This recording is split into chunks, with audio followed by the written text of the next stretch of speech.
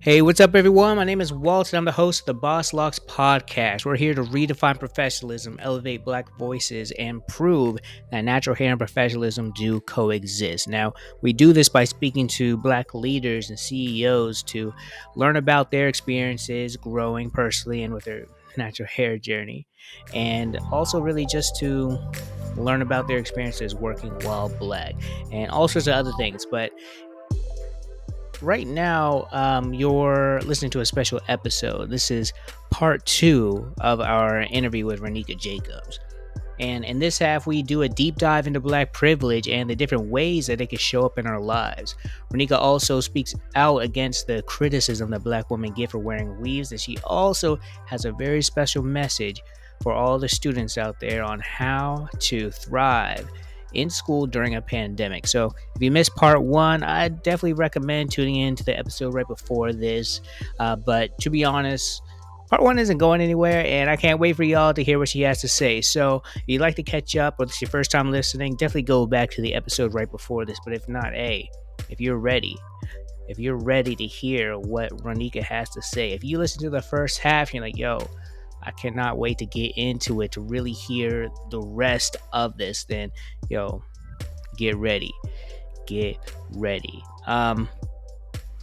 Thanks for rocking with me, and welcome to part two of Strive for More with Ronica Jacobs. And we're going to start off with a little reminder of where we left off in part one. We're starting in three, two, one.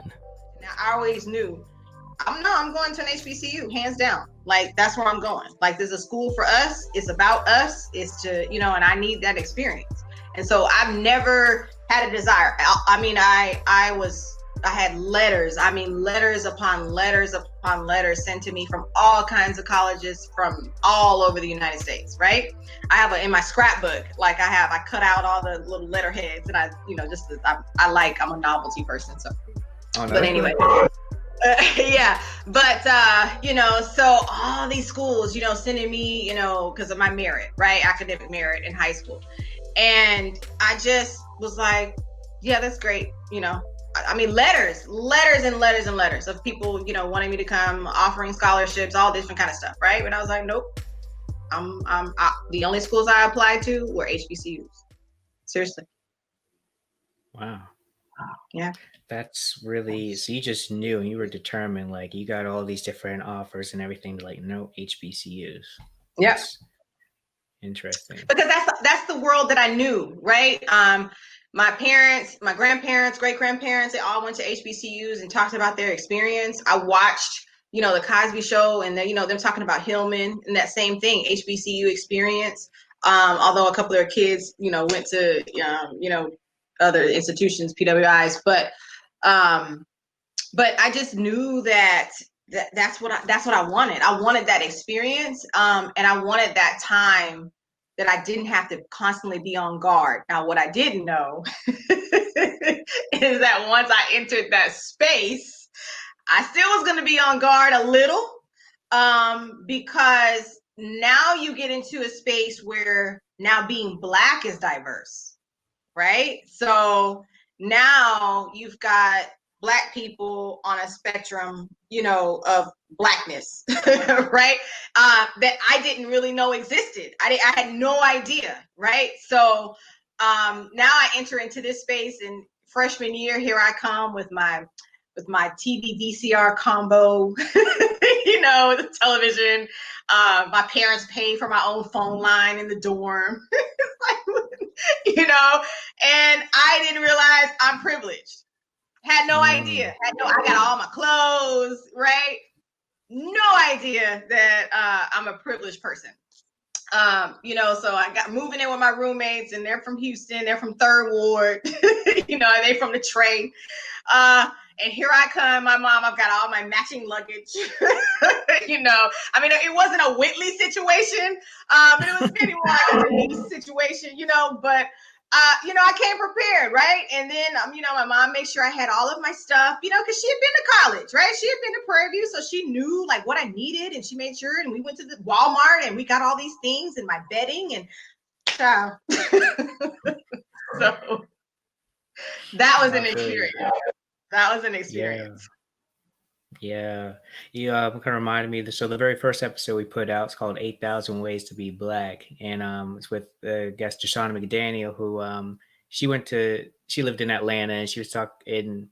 She'll witness basically all the different ways that you can be black. Because like oftentimes when you are in other environments, you see basically Yeah. just the one way. Especially if you're Right. only in your own environment, there's just that one way. But when you're in a place where it's just black people, you see all the different lifestyles and ways you can move and different ways to be black. And I think it's really cool, and I'm glad you shared that experience too, because I think it speaks a lot to black privilege. And Yeah. that is something that I don't think I really thought about like that until I think it was Charlemagne the God's book, Black Privilege. Oh, great But book. Oh my oh gosh. yeah, Great book. yes, I love that one. Yeah, so much insight in that book. But yeah, for so in your mind, like how do you define black privilege? 'Cause I think it's still a concept that, because of course there's a lot going against us, we oftentimes don't see the ways that we're like quote unquote winning or like have are better off or just have a little bit more influence in things. I think overall we do have a lot of influence, but I think sometimes we don't really see it. So kind of your mind, like what is black privilege to you? So, black privilege to me is, we are an amazing race. We are an amazing group of people. Um, and to me, the privilege is that we have the ability to be so diverse, right? And we are diverse in the skin tone, right? We are diverse in our hair texture. We are diverse in our experiences and just how we present ourselves to the world, right? Um, we we naturally understand that we have to work harder, and so because we understand that, just fundamentally, just in the United States, just because of just um the societal pressures and just kind of norms that we've been through, right, as a people. We were a people who were stolen, right? We were stolen from our country, from our mother country, right? So we were stolen and brought over here and dropped over here, right? So when you think about um people immigrating to the United States, right, as a choice. Now imagine that you are brought to a country and it is not your choice, and you are not given, any type of scaffolds to help you out, right? So we are here, and we had to come up. We had to understand the language to be able to communicate. We lost our language, lost our culture. We weren't allowed in some places. Some blacks were allowed to keep their culture, and their religion and their different traditions. But in a sense, a lot of us were stripped of that, right? And so now we have to figure out what is our true identity and who are we, right? And so when I look at Black privilege and I look at the amazing things that we have done as a race over the years, right? And the spaces that we have been in, the dialogues that we have had, the education that we have provided to others, right? Because I feel like if anybody has spent their life teaching people, Black people have. Like, we are constantly educating people. Just about culture, about who we are, and constantly explaining, because we are the one race that is very different, right? We're the one race that's really, really different. So just understanding that, right? So we are the one race of people where our hair does stand up, right? Or, for the most part, if we haven't been, mixed, other races mixed in too much. But in explaining that, and then understanding, the melanin that is in our skin, and the benefits of having that melanin, right? So so we can take on a little bit of more sun than other races, and even though now we do battle with skin cancer, so I do want us to understand we do need to wear sunscreen when we go out. So don't get it twisted. Don't get fooled that you don't have to wear sunscreen just because you're dark skinned, even though it's beautiful. But you do need to put on sunscreen. Skin cancer is real. But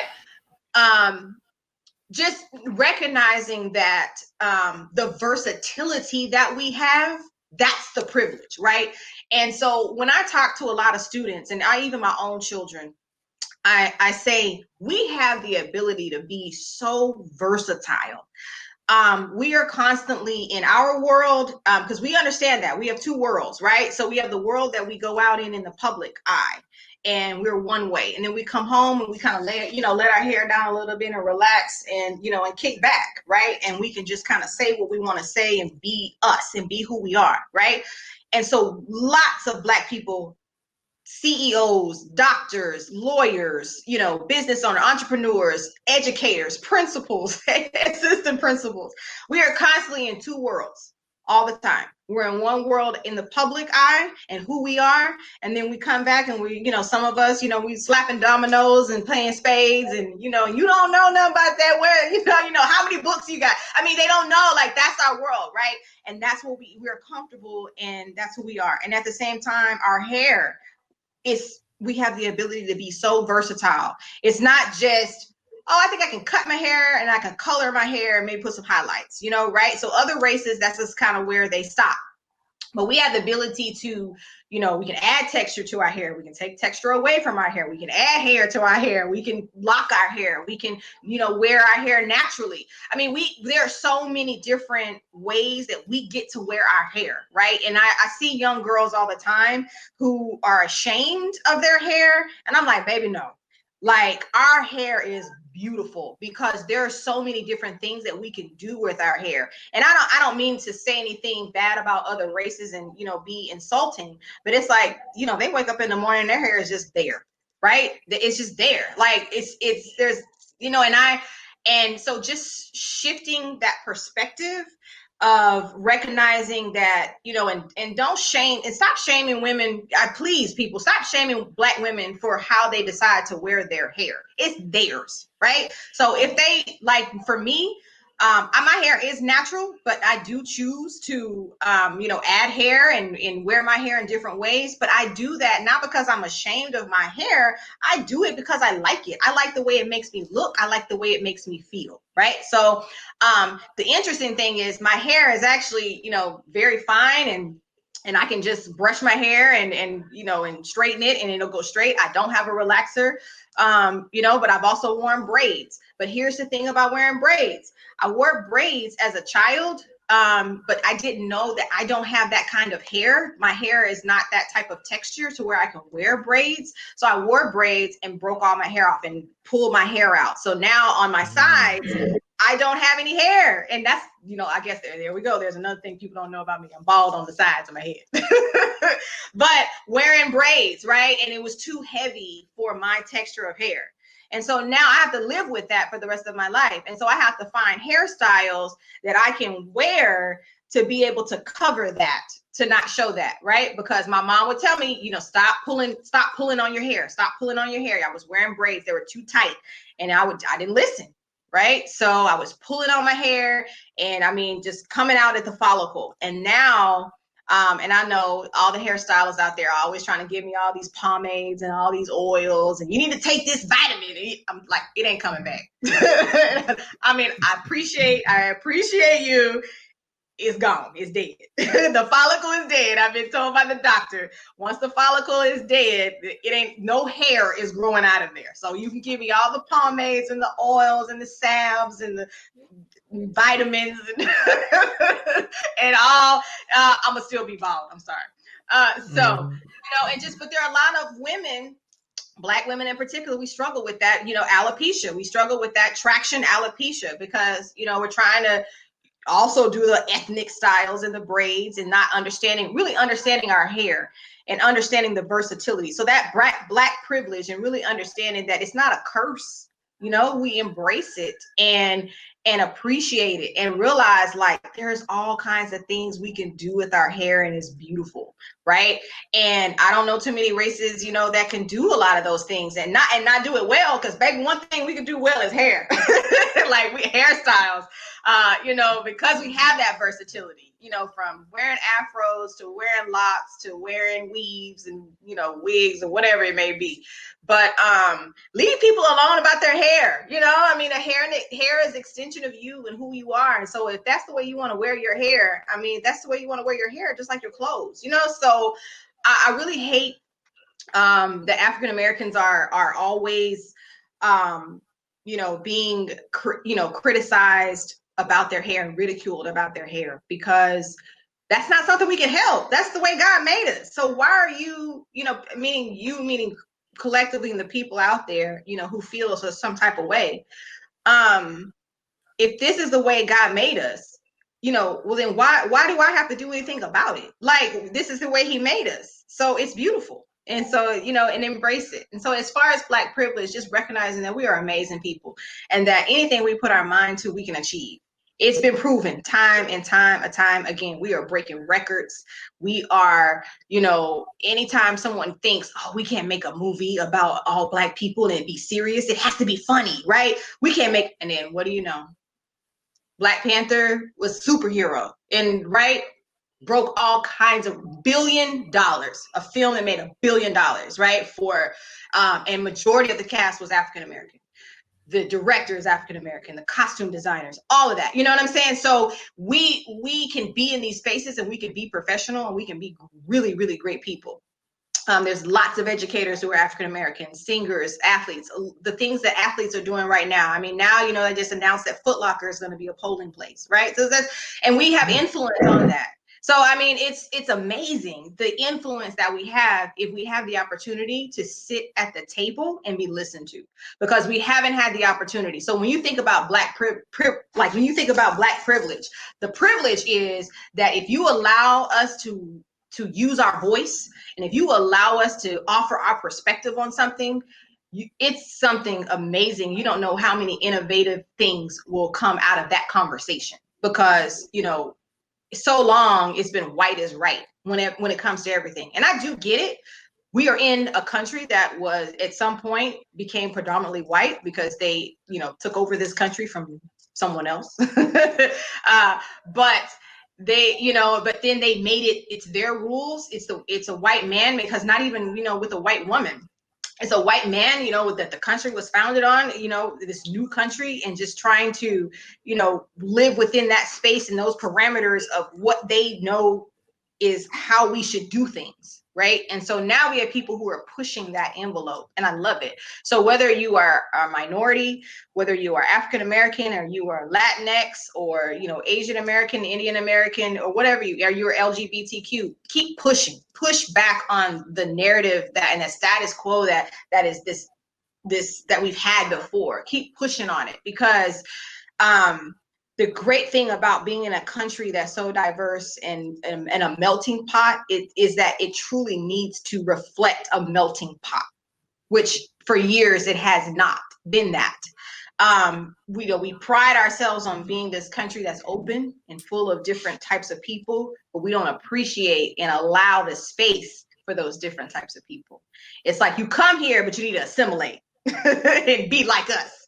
When it's like, no, you don't. You come here and you can still bring what you had, from your previous country, and you can put it here. So, because we're a new country, we're not that old. Mm-hmm. We can do what we want. Man, you drop so many gems, yo. Like, I feel like if there was like a counter. No, I loved every second of it. Like, I almost want to put like a counter up, and every time you drop a gem, it goes ding, ding, ding, ding, and it just like keep going.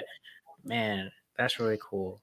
And the last thing you said about the melting pot just made me think about like I just immediately thought about food, and like let's say like gumbo or something like that, where it takes all these different ingredients, like that's all the different cultures, and it's almost like the problem really is that there's one chef with one spoon kind of deciding like what parts to add and what all to put together to make their own version of it. So we need like all the different chefs in there creating like multiple different types of gumbo to really be that melting pot. And I loved all of that. That was really great. Thank you for sharing all of that. And I think this whole episode just really explains what is called strive for more, because that seems like the theme throughout your life, throughout your whole family's life, the whole striving for more. And absolutely. I don't know if that was like if you had that in mind when naming it, but it just makes perfect sense because that's kind of who you are. So we'll start there. Like, what led you to jump into this podcasting journey? Sure. So my doctoral program, in my doctoral studies, so it's professional leadership, inquiry, and transformation, right? So I'm really into change. Like I said before, I love people pushing the envelope. Even during this pandemic, right? We've seen businesses rise to the occasion and do things that previously were, oh, we can't do that. Yes, you absolutely can. And you've shown that you can, right? So, and it's just, stop saying that you can't do things, stop placing limits on yourself, because you never know when you open up a little bit, you never know what may happen and what transpires after that, right? So with that, I started a company called Strive Leadership Consulting, and so I was going to do some consulting centered around leadership. I love leadership and change management. Really love that. I've had different types of leadership positions in life, and I've studied on leadership a lot. I'm really drawn to it, and I just love studying it, right? And so then I started writing articles on LinkedIn and publishing them, and lots of articles about self-care and just those soft skills that we are not necessarily taught in life, and that we kind of learn them as we go along through trial and error. And as I was doing that, someone was like, you can record them into a podcast. And so I was like, oh, okay, well, I don't really know much about it. So I did some research, and I found, okay, it doesn't really cost that much to get started. And so I started recording episodes, and they were solo cast episodes. And so I would write, and then I would publish them in a series. So I published about self-confidence. I published about making decisions. I published a series on your inner circle, right? So all of these things, and I would just kind of write from my experience, and I would just kind of put some, stories of moral, or stories of, different examples in there. And I would just, put it out there. Not a big deal. Wasn't really worried about whether or not somebody listened to it or not. I was just doing something, right? And then at some point, someone was like, people started contacting me and was like, I hear you have a podcast. I listened to it. It's really great. I would love to be a guest on your show. And so then I would be like, did you really listen to it? Because that's not even what I do. Like, I don't have guests, so I don't even know what you're talking about. But sometimes people automatically assume, they see podcasts, they think, okay, they've got guests, which a lot of podcasts do. But some podcasts don't. They don't have guests. They have a solo cast format, or if it's like a story, somebody's writing a story into characters and actors or whatever. So people have different types of media within podcasts, which is why I love the podcast genre, because it could be whatever you want to make it. So it's just audio entertainment, and which is a little different from video entertainment on the television. But so then I thought about it, and I was like, well, I guess I could do host some interviews, but I'm like, I'm not a journalist. I'm not Barbara Walters or Oprah Winfrey. Like, even though I love those ladies, they're awesome, but I was like, that's not what I do. That's not who I am. And then I was like, okay, if I do that, what will we talk about? So I was like, okay, and I thought about, do we talk about controversial topics? Do I pick a topic and I just pick a guest and then they just come on and we talk? And I was like, and I was trying to do it that way. And I was like, ironically, I thought about natural hair, having that conversation. That was going to be like my first episode. I was going to invite people on and talk about that. But then I was like, but how is that Strive? Because I still wanted to keep the Strive for More name, because I always had Strive for More. Because I would say that, I would use that hashtag, Strive for More, Strive for Leadership. Don't allow yourself to have ceilings, right? Just the sky, reach for the sky and beyond, right? Just don't stop, right? So then I was like, okay, what can I do? And it was like, okay, strive for more, strive for more. And I was like, at any point in time in our life, we are all striving for more. And it could be striving for more in our finances, in our life, career, in your business as an entrepreneur. We're always health, relationships, we're all striving for more, right? So, and then I just put it out there to have guests. And then all of a sudden it just took on a life of its own. And people are contacting me left and right. At this point, my calendar is closed for the year. I can't accept any more guests. I can't. I'm booked. Oh my gosh! And so I booked everybody for season 4. I'm recording season 3 right now and publishing season 3. So I'm booked for season 4. Walt, I hope to be in your shoes and follow after you. I'm going to do some video. I'm going to try it in the new year. So yeah, and I mean now, I mean I've had so many great people on. Walt, I can't wait. You know, you're in my lineup for season 4. So Yeah.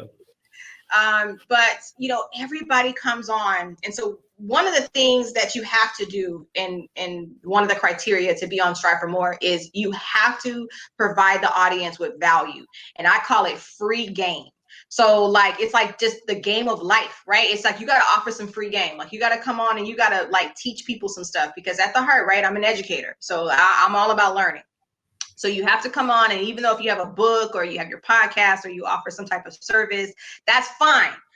But you have to come on and you have to provide some value, added value to my guests. So whether it's dispelling some myths or you're teaching people something in that particular topic. So that's because, you know, it's like people are striving for more. So the podcast is for those high achieving people out there like myself.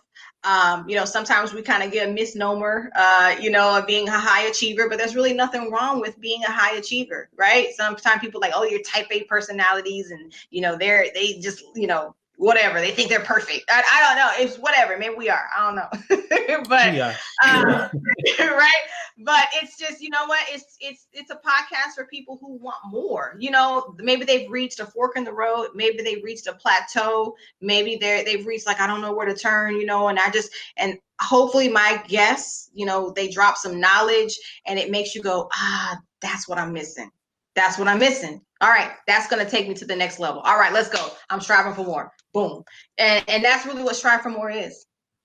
Really cool. You know, and you were, well, one, I would just like to say, I know I said thank you before, but I don't know if I really said it. I really appreciate you offering an invitation for me to come on. Like, cause I remember when you first asked, I was like, look at your guest line. I was like, oh, for real, me? Oh, okay. I guess me what? But no, I'm really looking forward to it. And yeah, man, the topics you guys discussed, it really is like a free game show. Like there's so many different gens. I always like to Right. have like some notes taken down and everything too. No, really.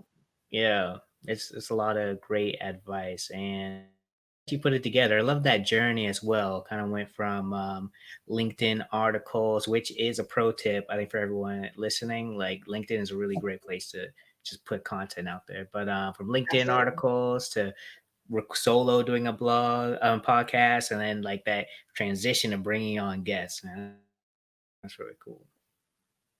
Yeah. Yeah, yeah. So even What's within myself, striving for more, right? And just taking right? steps and just like, okay, what's next? What can I do next? You know? So yeah, Right. And I like what you mentioned about the video aspect too, because that's like I have a lot of conversation with podcasters, and like everyone feels a certain type of way of video. And like in my perspective, it's just like another way to communicate. And there's people who absolutely. just won't listen to their podcast, but they will watch. Like my grandma, she listened to a few before I started posting video, but as soon as I started doing YouTube, I didn't even know that she really knew what YouTube was.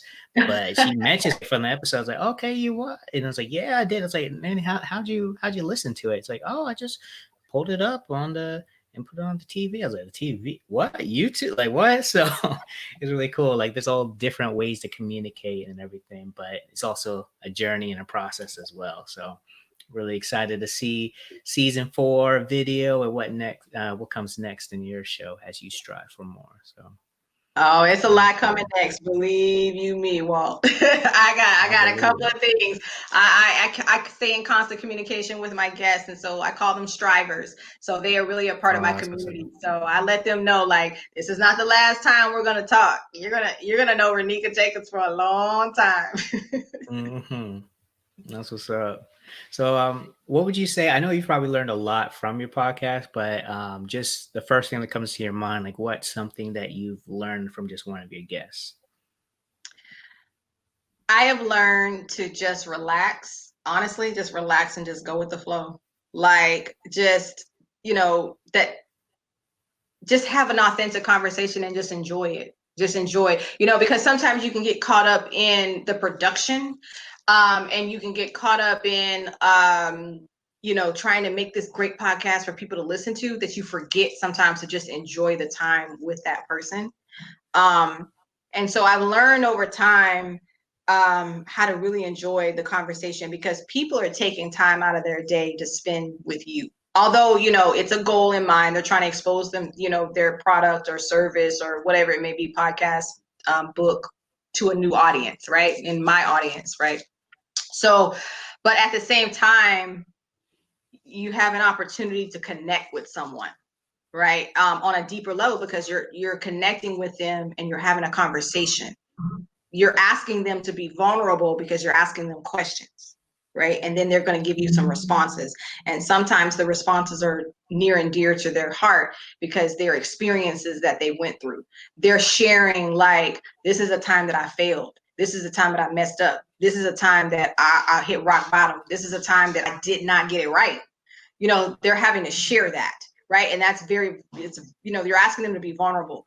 And so what I've learned over time is to make sure I'm paying attention and making sure I'm listening so I can engage my own self into the conversation, and just understanding that just have a good time and enjoy the process and the experience, because the people that I meet, like you said, you see the lineup, and I mean, they're just regular people, but they have such amazing stories and just such wisdom and knowledge to share. I mean, it is, like I said, it's free game.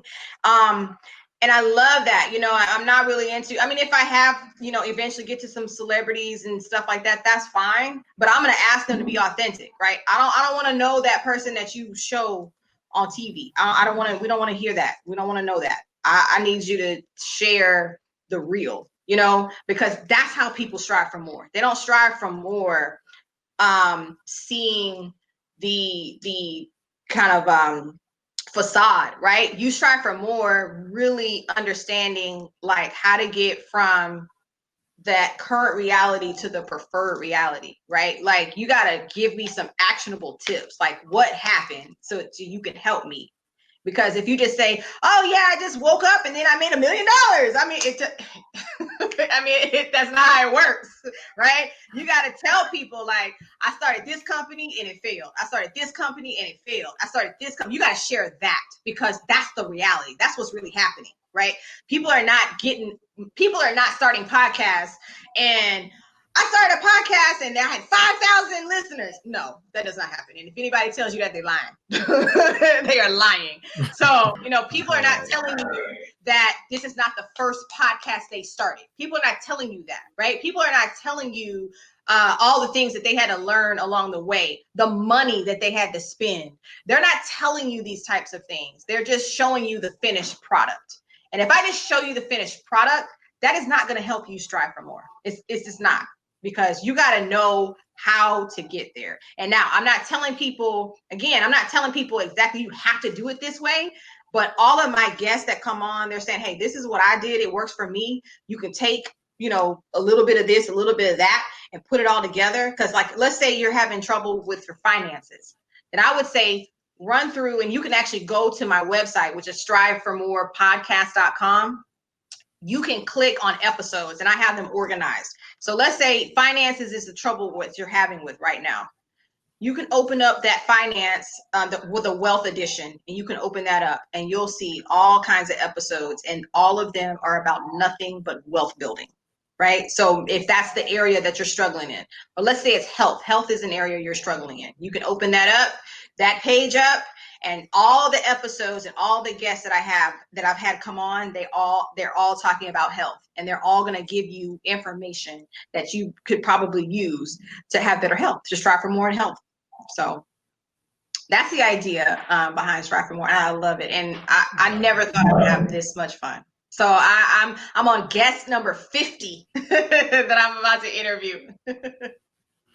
That's really cool. Congratulations. I'm so glad, like, we always hear about podcast fatigue, and that's like the one worry, like what happens when it's no longer fun. So it's like really cool to hear that you're still having fun with it at guest 50. That's what's up. So congratulations on that. That's what's up.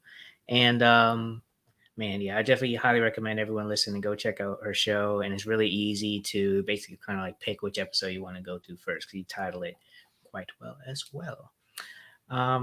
So I know we've given our listeners a lot to learn. Yes. I know you have something coming up. So I do have just a few more questions for you. One is I always like to ask everyone who comes on, like, how do you define professionalism?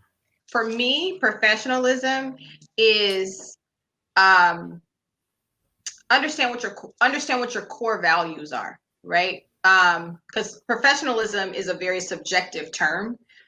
People all have, at your job, they have like your employee handbook that you read, and to them, to that company, this is what professionalism is, right? And so you do have to fall in line with the company, of course, if you want to continue to work there. So you got to kind of do what they say. But for your personal self, as far as professionalism, it's tied to, I really feel like it's tied to what your core values are. And so if you've never figured out what your core values are, and really what your core values are your non-negotiables. Like, this is who I am, this is what I believe in, and I'm not going to stray away from that, right? And sometimes people say, oh, I value this. Do you really value it? Because if your actions are not aligned with what you say in your words, then you don't really value that, right?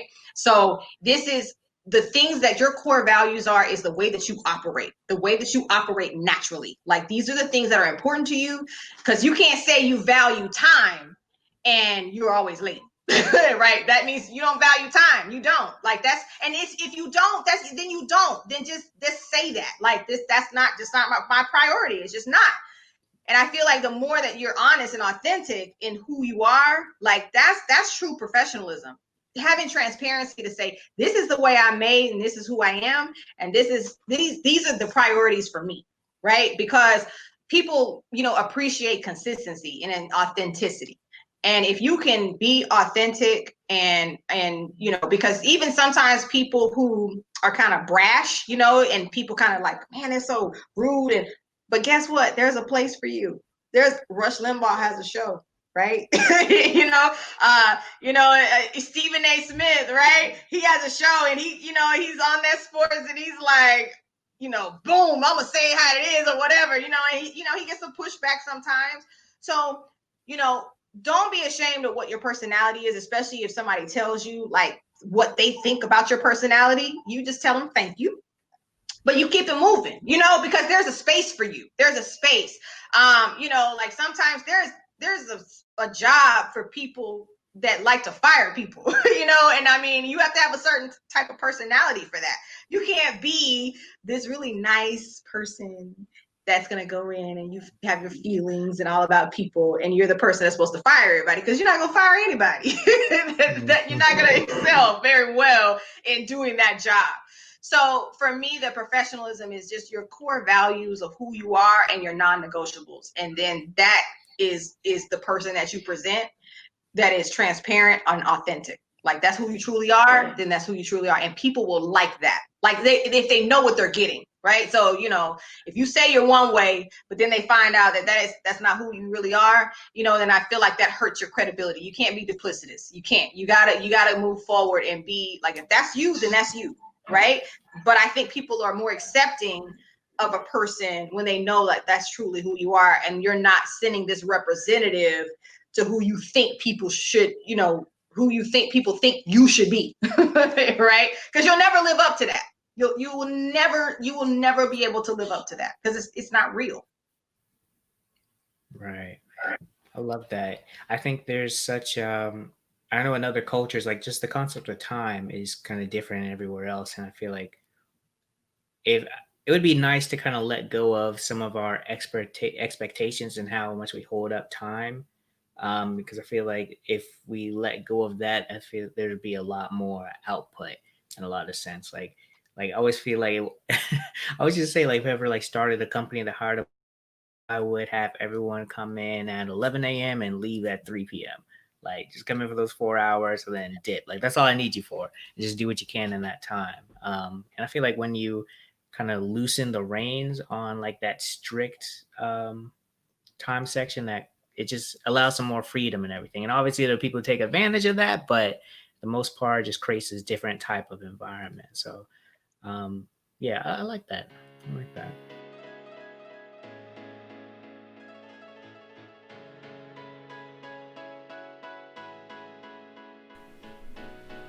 I want to take a quick break to tell you about our brand new collection called I Love New Growth. Inspired by the natural hair journey, we wanted to do something that both symbolizes when new hair is growing as well as the hard work that goes into growing in your personal or professional life. New growth isn't always pretty or Instagram worthy. It's often uncomfortable. There's countless mistakes and just these incredibly embarrassing moments that come with it. But without these moments of struggle, are you really growing? At BossLocks, we don't just celebrate the destination, but the journey it takes to get there. I love new growth, and I'm now reminding myself to appreciate all that comes with it. The BossLocks shop now has new growth shirts, hoodies, and crew neck sweatshirts available when you go to www.bosslocks.org/shop. Or you can just go to bosslocks.org and click the shop button to place your order today. That is www.bosslocks.org/shop. And we also will have the link in the description too. I love new growth. Thank you for listening, and now back to our show.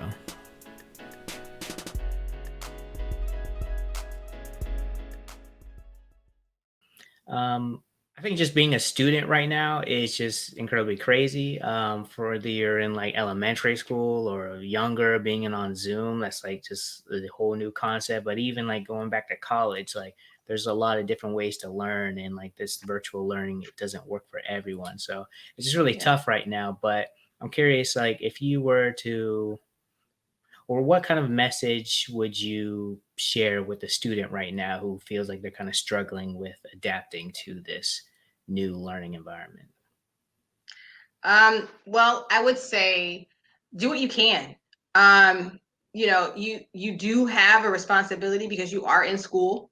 So definitely make sure that you are attending classes every day online, and definitely make sure that you understand that you have a responsibility to get your assignments in, because even if you were attending school every day physically, right, you have to show up. You have to show up to school, and there are certain responsibilities that you have to do your assignments, because if you plan on going to the next grade level then you're going to have to do your assignments.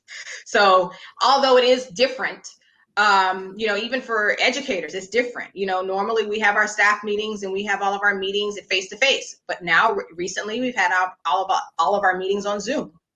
And I mean, we've had to be virtual with our meetings. So, and we've had to turn stuff in, virtually, and submit things. And I mean, we've really had to stretch ourselves to learn how to work differently. And that's been tough. And so I say to kids, and the wonderful thing I love about students is that students are incredibly resilient. And the tenacity that students have to shift and change, because in a sense their lives are really controlled by us, right? They're not quite at the point where they're too independent to where they're able to kind of operate how they want to. I mean, they're told kind of when to eat and what to eat and when to go somewhere. I mean, unless they're able to drive, but even then there's still, parameters around that. You can drive and you can go here, but you need to be home by this, particular time. So they're kind of used to operating in that space of being told what to do.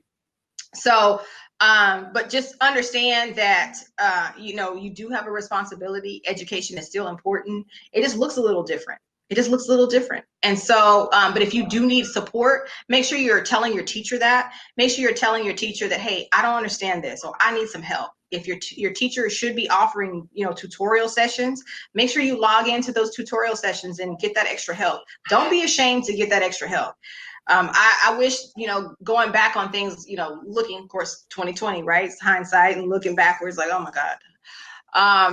I wish I would have, just taken the time out to get a tutor if I didn't understand something, instead of trying to muddle through it and just hope I make it. It's like there's a life vest out there and you're sitting up here drowning when you could have just got the floaty and you didn't have to drown, or whatever, or just struggling. So, hey, if the floaty is out there passing by, you grab it. Stop trying to wade in the water. Like, stop doing that. Like, there's no point in doing that. It does not build strength, and it makes you weak and you drown. So it makes you tired.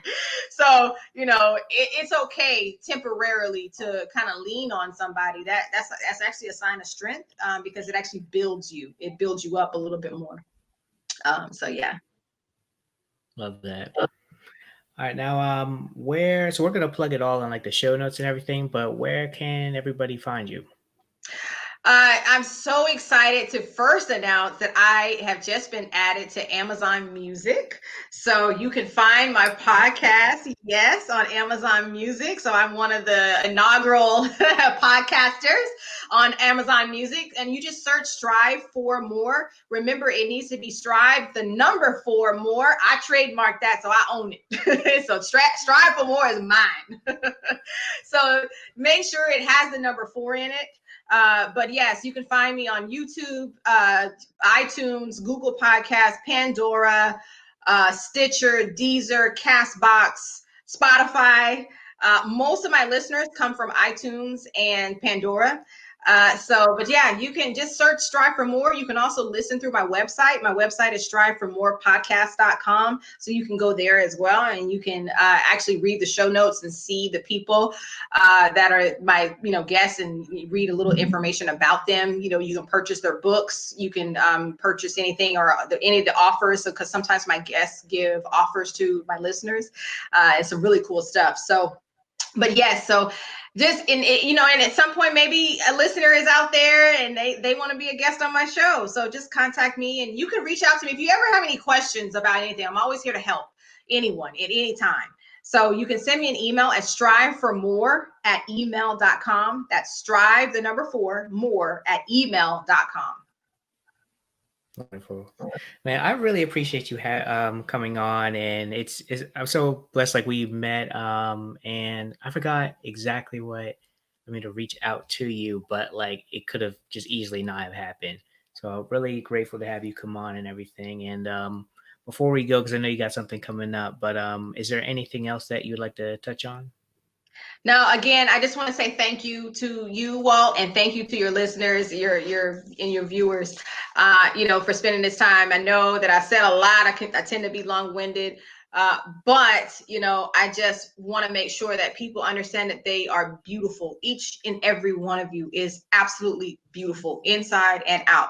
Don't allow people to create your narrative, right? You have your pen, you have your paper, you write your own story. And sometimes there's going to be some chapters that are really, really good and juicy. And then sometimes there's going to be some chapters that are really like, ooh, man, when is the end of this chapter? But just understand that that's life, right? We all have ups and downs, ebbs and flows. I mean, it's not always roses and rainbows. And sometimes there's some tornadoes and some, and some really bad crap in there. But just remember, it makes you stronger. Learn from every experience that you have, whether it's positive or negative, and find something that you can pass on to the next person. So that's what striving for more is striving for more in all areas of your life, but it's in the way that you naturally do it. So people can give you advice, but that doesn't mean you have to take it. So whatever it is that resonates with you, and you don't have to fight them on it either, right? So if they want to give you advice, then let them give it to you, and you just listen, and you just say okay, and then go do whatever you want. You don't have to tell them, like, well, I don't know why you're telling me that. There's no point, right? So listen, say thank you, because maybe there's something, it doesn't make sense to you now what they say, but it might make sense to you later, right? But you had the opportunity to hear it. Continue to strive for more and live your best life now. And if you end up, clicking on some of my episodes and listening to them, thank you. Thank you so much for the support. I just want money in the bank. Have no time for them. We just pray and say amen. Been here, boys, since way back when. I just want money in the bank. Now that is a wrap. Thank you so much for tuning in to the BossLocks podcast, where we redefine professionalism, elevate Black voices, and prove that natural hair and professionalism do coexist. Now, if you enjoyed today's show and want to get to know our guest a little bit more, check out the links in the description. You'll go to our website. You'll see all the different places where you can connect with our guest. And while you're there, go ahead and check out the rest of your site. If you're a first time listener, this is the best place to learn more about BossLocks and everything that we've got going on. And also in the description will be a links on how to support our show. That's right. I know you've been asking for a while about the best ways to support our show, and I've dropped a few things here and there, but I finally put together a little something on our site with all the different ways that you can support us by joining the Boss Locks Village, which is our Patreon page, joining the Working While Black group, and just continuing to spread the message. Matter of fact, if you want to know the best way to support our show, is by telling a friend to tell a friend. I mean, it's these are shows with a lot of gems and advice that I truly feel will help people pursue growth, whether you're a black professional or not. This is information that's basically free game, and I think the more people who hear it, the more people who will be able to help really support the change that we need today and in the future. So, hey, once again, thank you for listening, and I'll see you next Tuesday for our next episode. Grab the bro, cause I don't even see them. Shout the family, cause I need them. Yeah, I need them. If I pull up in the German, I want the best version. Tryna kill bills like Uma Thurman. Money in the bank, money in the bank. I just want money in the bank. Money in the bank. I just want money in the bank. Money in the bank. I just want money in the bank. I just want